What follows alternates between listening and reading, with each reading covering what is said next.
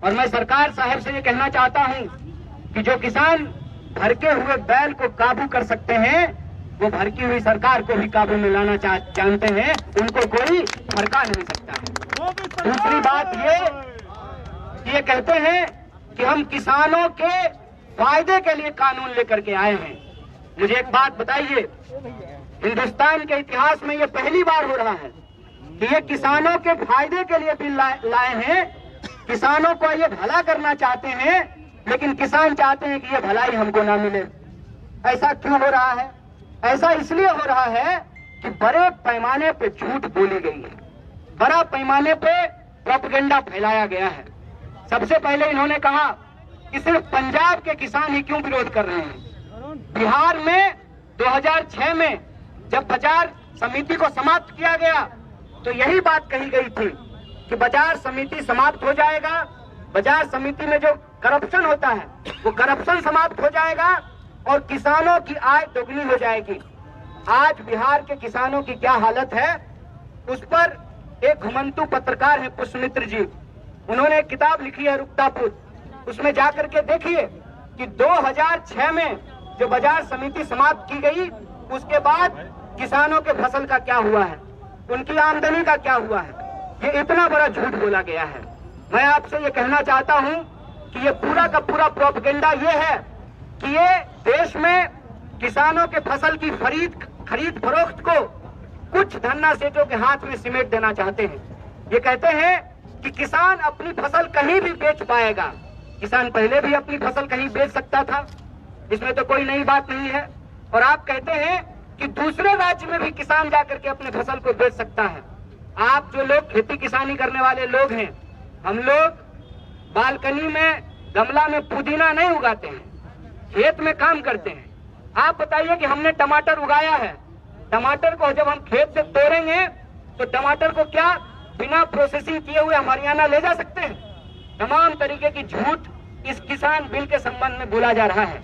सीधी बात यह है कि आज इस देश में जो हम लोग को राजनीति का एक मॉडल देखा है कि जो लोग सरकार बहादुर को चंदा देते हैं हेलीकॉप्टर पे उड़ने के लिए, उनको जो इलेक्शन में कमीशन मिलता है, कहते हैं ना 1 नेशन 1 कमीशन की योजना का साजिश ये है कि इस देश में जिन धन्ना सेठों के कमीशन से यह सरकार चुनाव लड़ती है, चुनाव में हेलीकॉप्टर उड़ाती है, आसमान में उड़ती है, उन्हीं कमीशन के बदौलत ये इस देश के किसानों की धरती को उनके हाथों में गिरवी रख देना चाहते हैं।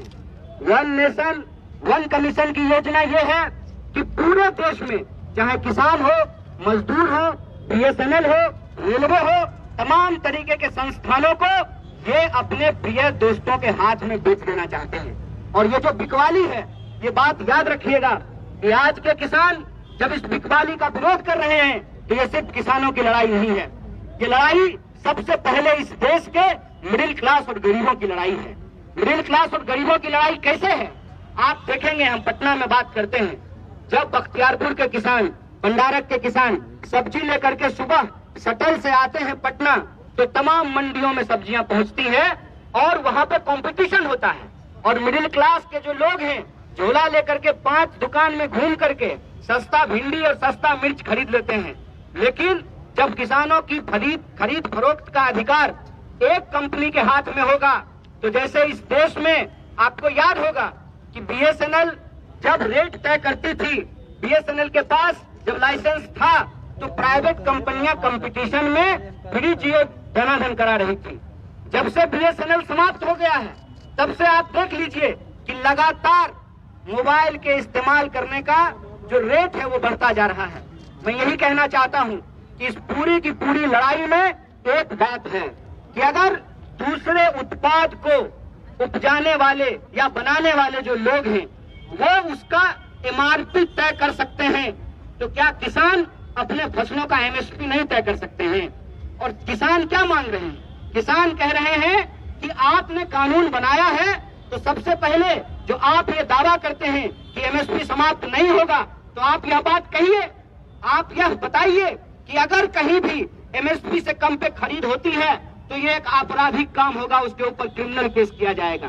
आप बिहार का उदाहरण लेकर के देख लीजिए, तमाम फसलों का जो एमएसपी तय किया जाता है, उस एमएसपी से नीचे धान की खरीद होती है, मक्के की खरीद होती है, गेहूं की खरीद होती है।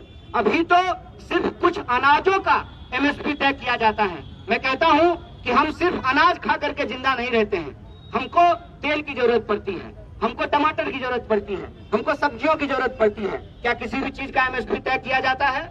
आप किसानों के बारे में सोचिए, जब अपने खेत में वो गोभी तोड़ करके मंडियों की तरफ चलते हैं और कहते हैं जो वहाँ पे मंडियों में बैठने वाले लोग हैं कि आज गोभी बहुत उतर गया है, इसीलिए आपको गोभी का रेट नहीं मिलेगा। इतना कम रेट मिलता है किसानों को कि कई बार वो खेत में ही फसल छोड़ देते हैं। ये जो इस देश में अन्नदाताओं के साथ इतना बड़ा अत्याचार हो रहा है, और इस अत्याचार में जो सबसे साजिश वाली बात यह है कि इस देश में नारा लगा जय जवान जय किसान। आज किसानों को जो खेत में अपने देश में अपने लोगों को अनाज पहुंचाने के लिए, खिलाने के लिए शहादत दे रहे हैं, जिनके बच्चे बॉर्डर पे शहादत दे रहे हैं, आज कि जवानों के पिताजी के ऊपर उन्हीं जवानों के द्वारा लाठियां भिजवाई। हमारा आप तमाम लोगों से आग्रह है, और एक बार यहाँ जो मौजूद हैं तमाम किसान संगठन के लोग, उनके तमाम नेताओं को और आप तमाम साथियों को बधाई देते हुए उनका स्वागत करते हुए कहना चाहते हैं कि इस लड़ाई को हमको जय जवान जय किसान और जय संविधान के तौर पे लड़ना पड़ेगा, और इस देश की सरकार को बताना पड़ेगा कि इस देश में जो कमाने वाले लोग हैं उनके कमाने के अधिकार को, उनके काम को, उनके फसल के दाम को और लोगों के पढ़ने लिखने काम करने के अधिकार को आप छीन नहीं सकते हैं। ये हमारा लोकतांत्रिक अधिकार है, और इस लोकतंत्र को बचाने की लड़ाई में, किसानों, मजदूरों, आम लोगों को बचाने की इस लड़ाई में हम लोग कंधे से कंधे मिला करके खड़ा हैं। हम किसान नहीं हैं, लेकिन हम किसान परिवार से आते हैं, और हम ये जानते हैं कि किसान अगर अनाज नहीं उगाएगा, आप सोचिए कि अगर किसान मशरूम नहीं उगाएगा तो मोदी जी का गाल जो है वो टमाटर की तरह टूटू लाल होगा। तो जो मशरूम वो खाते हैं, मैंने तो कहा एक जगह ये बात कि काश हमारे किसान मशरूम के साथ थोड़ा शर्म भी उगा पाते, और इस देश के बेशर्म नेताओं को फ्री धनिया स्कीम में जो है थोड़ा शर्म भी दे पाते, तब इनको समझ में आता कि किसान आज किन परिस्थितियों से गुजर रहा है। एक आखिरी उदाहरण के साथ मैं अपनी बात को खत्म करूंगा। दिल पे हाथ रख करके आप एक बात भी सोचिएगा, इस देश में कलेक्टर साहब का बेटा कलेक्टर बनना चाहता है, एक्टर साहब का बेटा एक्टर बनना चाहता है, डॉक्टर साहब का बेटा डॉक्टर बनना चाहता है, फार्मर साहब का बेटा फार्मर क्यों नहीं बनना चाहता है?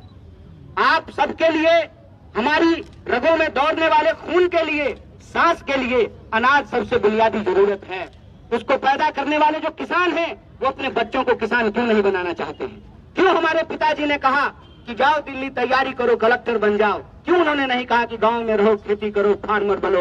और कहते हैं कि अन्नदाता धरती पर सबसे बड़े महान काम में लगे हुए हैं।